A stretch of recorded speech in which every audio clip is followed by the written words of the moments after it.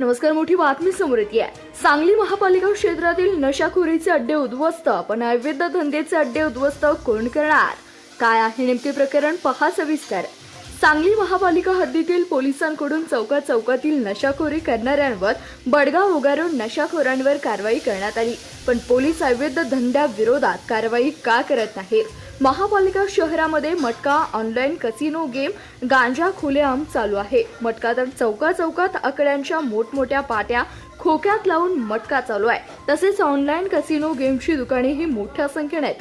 मटका व ऑनलाईन कसिनोची दुकाने मिरजेत प्रत्येक रस्त्यावर आहेत व गांजा ही मोठ्या प्रमाणात मिळतोय.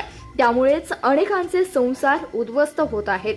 तरी पोलिसांनी नशाखोरांवर कारवाईचा बडगा उगारण्याचा, पण अवैध धंद्याविरोधात ही कारवाईचा बडगा उगारावा असं नागरिकातून बोललं जात आहे. सांगली, मिरज, कुपवाड महापालिका हद्दीतील अवैध धंदे कायमचेच बंद करावे.